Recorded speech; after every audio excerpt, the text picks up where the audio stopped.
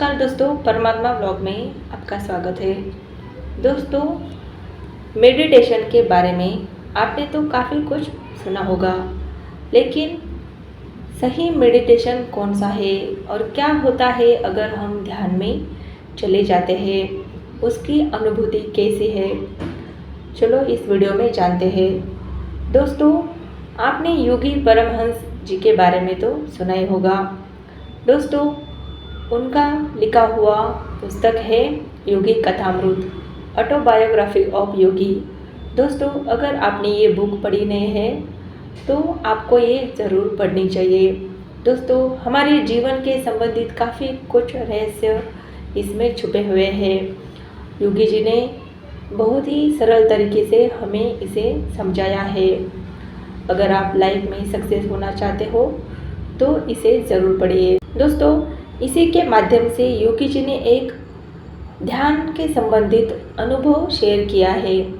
दोस्तों, ध्यान के वक्त हमारे साथ क्या होता है, क्या है उसका गहरा अनुभव, तो चलो शुरू करते हैं। दोस्तों, योगी जी बताते हैं कि कुछ दिन जाने के बाद एक दिन सुबह वे गुरुदेव के खाली बैठक कक्ष में गए। वहाँ ध्यान करने का विचार उनके मन में आया, परंतु उनका अवज्ञाकारी मन इस प्रशंसनीय उद्देश्य में सहभागी होने के लिए तैयार नहीं था। दोस्तों, ध्यान करते वक्त हम सबको ये अनुभव तो आता है कि हम कितनी भी कोशिश करें, लेकिन ध्यान करने में हमारा मन नहीं लगता है या हम अच्छे से कंसंट्रेट नहीं कर पाते हैं। दोस्तों, उनके विचार ऐसे बिखर रहे थे जैसे किसी शिकारी के आते ही पक्षी बिखर जाते हैं। दोस्तों, उनके गुरुदेव जी थे श्री युक्तेश्वर जी महाराज। वो बोले कि मुकुंद, दूर की एक बालकनी से उन्हें आवाज़ आई। दोस्तों, योगी जी के विचार जितने विद्रोही थे उतना ही विद्रोही अब वो स्वयं बन गए थे। दोस्तों, गुरुदेव जी सदा ही उन्हें ध्यान करने के लिए कहते थे। दोस्तों, वो बताते हैं कि उन्हें मालूम है कि मैं यहाँ किस लिए आया हूँ। अब उन्हें मेरे प्रयास में बाधा नहीं डालनी चाहिए। दोस्तों, गुरुदेव ने उन्हें फिर से बुलाया और मुकुंद जी कहते हैं, मुकुंद श्री योगी जी का ही नाम है। वे कहते हैं, मैं चुप ही बैठा रहा। तीसरी बार जब उन्होंने फिर पुकारा तो उनके स्वर में कठोरता आ गई थी। तो योगी जी कहते हैं, मैं ध्यान कर रहा हूँ गुरुजी। वो विरोध में चिल्लाए, मैं जानता हूँ तुम कैसा ध्यान कर रहे हो। दोस्तों, योगी जी के गुरु ने उधर से कहा, आंधी में उड़ रहे पत्तों के समान मन से। दोस्तों, मन की व्याख्या तो आपने पढ़ी है या शायद मन के बारे में हम सब अच्छे से जानते हैं कि किसी भी एक जगह मन केंद्रित नहीं होता है। तो वैसा ही योगी जी के साथ हो रहा था। प्रयत्न में विफल रहने और भेद खुल जाने पर वे काफ़ी खिन्न मन से गुरुदेव के पास जाकर खड़े हो गए हैं। उनके गुरुदेव जी कहते हैं, नादान बच्चे, तुम्हें जो चाहिए वह पर्वत तुम्हें नहीं दे सके। गुरुदेव स्नेह भरे सांत्वना देते हुए स्वर में बोल रहे थे। उनकी शांत दृष्टि अथाह बन गई थी। तुम्हारे हृदय की लालसा अवश्य पूरी होगी। श्री युक्तेश्वर जी कदाचित ही कभी गूढ़ भाषा में बोलते थे। योगी जी कहते हैं कि मैं भी असमंजस में पड़ गया। उन्होंने धीरे से मेरी छाती पर हृदय के ऊपर थपथपाया। दोस्तों, मेरा शरीर निश्चल होकर जमीन से चिपक गया। श्वास तेजी से फेफड़ों से बाहर खींच गया, मानो किसी महाकाय चुंबक ने उसे खींच लिया हो। आत्मा और मन तत्क्षण शरीर के बंधन से मुक्त हो गए और किसी प्रवाहमान तीक्ष्ण तेज के समान मेरे शरीर के रोम रोम से बाहर बहने लगे। स्थूल शरीर मृतवत हो गया। दोस्तों, हमारी ये जो बॉडी है, जो शरीर है, इसी को स्थूल शरीर कहते हैं, जो भौतिक शरीर है। फिर भी अपने तीव्र बोध में मुझे यह भान हो रहा था कि मैं पहले कभी भी पूर्ण रूप से जीवित नहीं था। अपने अस्तित्व का मेरा बोध अब संकुचित रूप से केवल मेरे शरीर तक ही सीमित नहीं था, बल्कि मेरे चारों ओर व्याप्त अणु परमाणु में फैल गया था। दूर सड़कों पर चल रहे लोग मेरी अपनी ही सुदूरस्थित परिधि पर चलते प्रतीत हो रहे थे। भूमि की धुंधली पारदर्शिता में पेड़ पौधे की जड़ें दिखाई दे रही थी। उनके अंदर चल रहे उस रस प्रवाह का भी मैं स्पष्ट अवलोकन कर रहा था। दोस्तों, जब हम गहरे ध्यानावस्था में जाते हैं या हम उस परालौकिक स्थिति में जाते हैं तो हम सब कुछ वो देख सकते हैं। मतलब यूनिवर्स की सभी चीज़ें जो हम साधारण आंखों से नहीं देख सकते वो हम देख सकते हैं। आसपास का पूरा क्षेत्र जैसे अनावृत हो गया था। योगी जी कहते हैं, केवल सामने ही देख पाने वाली मेरी साधारण दृष्टि अब चतुर्दशी विशाल मंडलाकार दृष्टि में परिवर्तित हो गई थी, जो सर्वदर्शी भी थी। अपने मस्तक के पीछे से मैं रायघाट लेन में दूर चलते फिरते लोगों को देख रहा था और एक श्वेत गाय को भी मैंने वही देखा जो धीरे धीरे आश्रम की ओर आ रही थी। जब वह आश्रम के खुले द्वार पर पहुंच गई तो मैंने उसे देखा मानो अपनी दो स्थूल आंखों से देखा हो। जब वह आश्रम के अहाते की दीवार के पीछे चली गई तब भी मैं उसे स्पष्ट देख रहा था। मतलब वो दीवार के आर पार भी स्पष्ट रूप से देख सकते थे।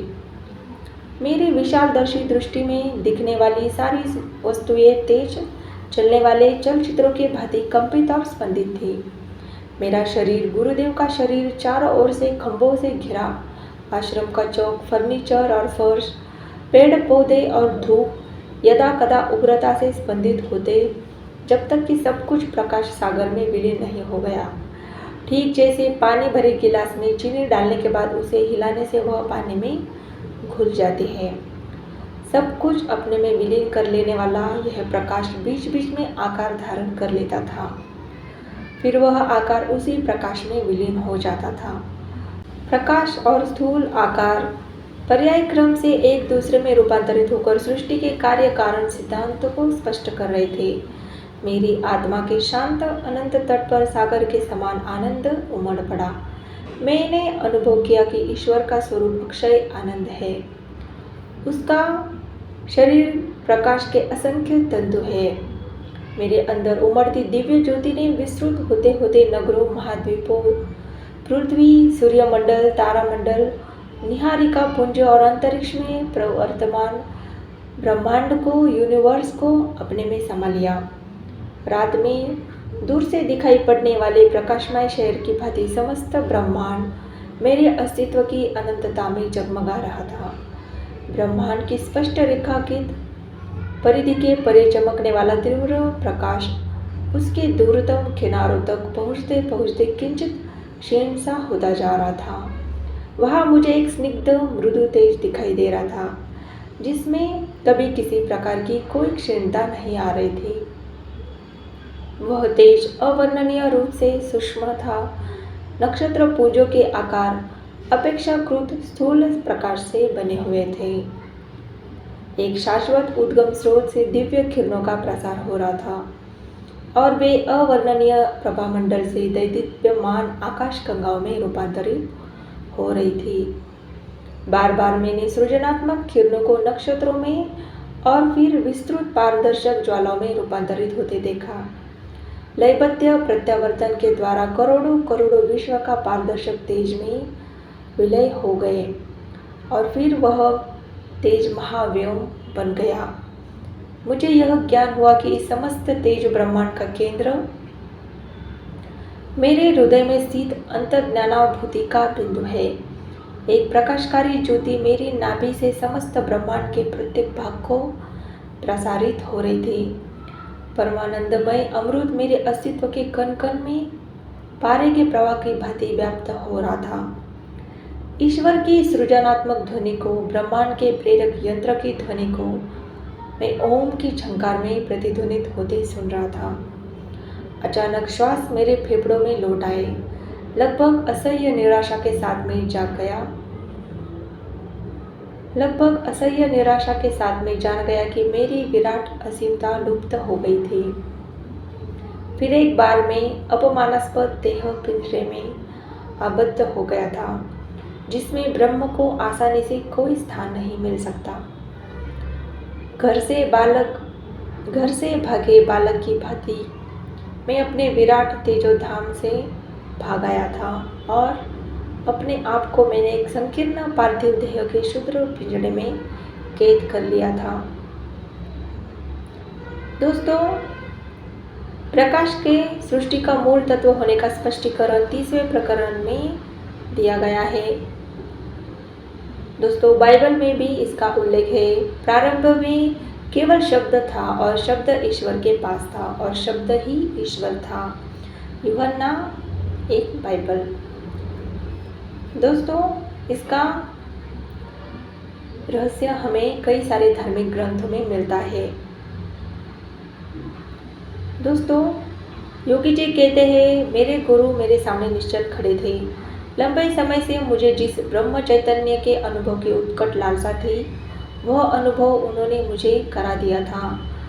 उनके प्रति कृतज्ञता व्यक्त करने के लिए जैसे ही मैं उनके सामने साष्टांग दंडवत करने लगा तो रोककर उन्होंने मुझे सीधा खड़ा कर दिया और शांत भाव से बोले, तुम्हें परमानंद में डूबे नहीं रहना है। तुम्हारे लिए अभी जगत में बहुत सा काम करना बाकी है। दोस्तों, इसके बाद योगी जी समझ गए कि शरीर के अपने दैनिक कर्तव्य का निर्वाह करते हुए आत्मा को विश्वोत्पत्ति के रहस्य को अपने में समाते हुए विस्तारित होते रहना चाहिए। बाद में जब श्री युक्तेश्वर जी और योगी जी घूमने निकले तब भी वे अनिर्वचनीय आनंद में विभोर थे। वे दोनों के शरीरों को प्राण शक्ति से बने चित्रों के रूप में देख रहे थे, जो प्रकाश से बने एक नदी के किनारे किनारे प्रकाश के ही बने एक रास्ते पर चल पड़े थे। वह ईश्वर का चैतन्य है जो सृष्टि में विद्यमान प्रत्येक रूप, आकार और प्रत्येक शक्ति का पोषण करता है और उसे आधार देता है। फिर भी वह स्वयं स्पंदनशील प्रतिभासिक सृष्टि से परे परमानंद में असृष्ट महाशून्य में इन सब के पृथक अलिप्त रहता है। दोस्तों, जो लोग इस भूलोक में आत्म साक्षात्कार प्राप्त कर लेते हैं, वे भी इसी प्रकार का द्विधा जीवन जीते हैं। विवेक और निष्ठा के साथ जगत में अपना कार्य करते हुए अपने आंतरिक परमानंद में निमग्न रहते हैं। दोस्तों, बाइबल में लिखा गया है कि ईश्वर स्वयं किसी का न्याय नहीं करता। उसने यह कार्य अपने पुत्र को सौंप रखा है। किसी मानव ने ईश्वर को कभी नहीं देखा है, उसे केवल उसके पुत्र ने ही देखा है, जो उसके हृदय में रहता है, और पुत्र ने ही संसार को उसकी जानकारी दी। ईश्वर ने ईसा मसीह के माध्यम से ही सृष्टि की रचना की। जो मुझ में विश्वास करेगा वह भी ऐसे सब कार्य करेगा जो मैं करता हूँ, और इससे बड़े कार्य भी करेगा, क्योंकि मैं अपने पिता के पास ही जाता हूँ। सुखदाता जो पवित्र आत्मा है, जैसे मेरे पिता ने मेरे नाम से भेजेंगे, तुम्हें सारी बातें सिखा देगा और मैंने जो कुछ कहा है वह सारी बातें तुम्हें याद दिला देगा। दोस्तों, बाइबल के ये वचन ईश्वर के 3 स्वरूप है, जैसे परमपिता, पुत्र और पवित्र आत्मा। हिंदू शास्त्रों के सत तत् ओम की ओर संकेत करते हैं। परमपिता रूप ईश्वर वह परम तत्व है जो अव्यक्त है और स्पंदनात्मक सृष्टि के परे है। पुत्र रूप ईश्वर स्पंदनात्मक सृष्टि में स्थित क्राइस्ट चैतन्य या कृष्ण चैतन्य, ब्रह्म या कुटस्थ चैतन्य है। यह कुटस्थ चैतन्य ही अव्यक्त परमानंद, यह कुटस्थ चैतन्य ही अव्यक्त अनंत परम तत्व का एकमात्र पुत्र या एकमात्र प्रतिबिंब है। इस सर्वव्यापी कुटस्थ चैतन्य की बाह्य अभिव्यक्ति उसका साक्षी ओम या शब्द या पवित्र आत्मा है। अदृश्य ईश्वरीय शक्ति एकमात्र कर्ता, सृष्टि की स्थिति को स्पंदन के माध्यम से बनाए रखने वाली एकमात्र कारक और क्रियात्मक शक्ति। इस परमानंदमय सुखदाता ओम को ध्यान में सुना जाता है। वह साधक की अंतिम सत्य का ज्ञान करा देता है। इस प्रकार यह सारी बातें याद दिला देता है। दोस्तों, इसी आत्मा को उस ईश्वर का पुत्र कहा जाता है। आत्मा की अनुभूति से ही हम उस परम ईश्वर तक, परम पिता तक जा सकते हैं। दोस्तों, ऐसे ही अनगिनत यूनिवर्स की जो रहस्य है वो असल में हमारे भीतर छुपे हैं। हम जितने गहरी खोज हमारे भीतर करेंगे उतना ही हम यूनिवर्स से कनेक्ट हो पाएंगे।